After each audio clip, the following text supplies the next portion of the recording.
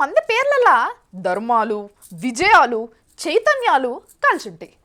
అట్లనే మన నెల్లూరు నేతకు కూడా వివేకవంతుడు అని అర్థం వచ్చేటట్టు పేరు కలిసింది. అయినంత మాత్రాన ధర్మేందర్ అని పేరున్న వాళ్ళంతా ధర్మాలు చేసేటోళ్ళు కాదు, విజయాలు ఉన్నోళ్ళంతా గెలిచేటోళ్ళు కాదు.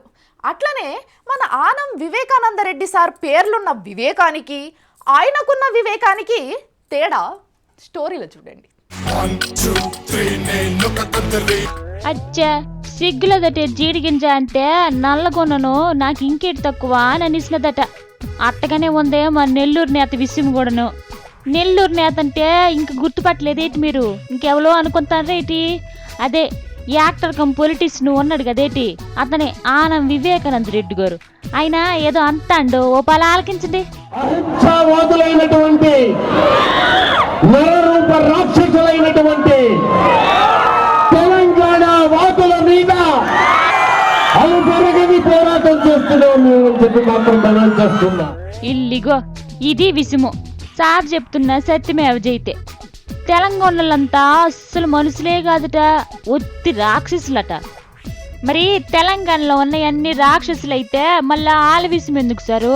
మరి అటువంటి రాక్షసులున్న లంకల్లోకి నువ్వెందుకు పోతానవేటి? ఇన్నాళ్ళ నుంచి నీకు జ్ఞాపకం రాలేదు? రాక్షసులు తిరిగిన భూమి మీద నేనెందుకు అమ్మాయిలు వంట మనిషి? అదే రాక్షసులు వండి పెట్టి తిండేమో తినేసినావు, రాక్షసులు కొట్టుకున్న చెరువుల్లోన నీళ్ళు మొత్తం తాగేసినావు హైదరాబాద్లోనవే. ఇవాళ గుర్తుకొచ్చినది నీకు రాక్షసుల విషయము?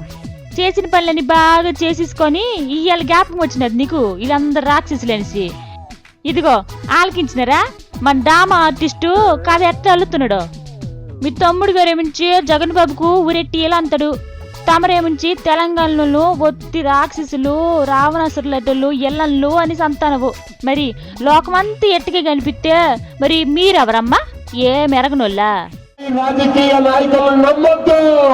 అచ్చా ఇంకా నేను కూడా రాజకీయ నాయకుడిని.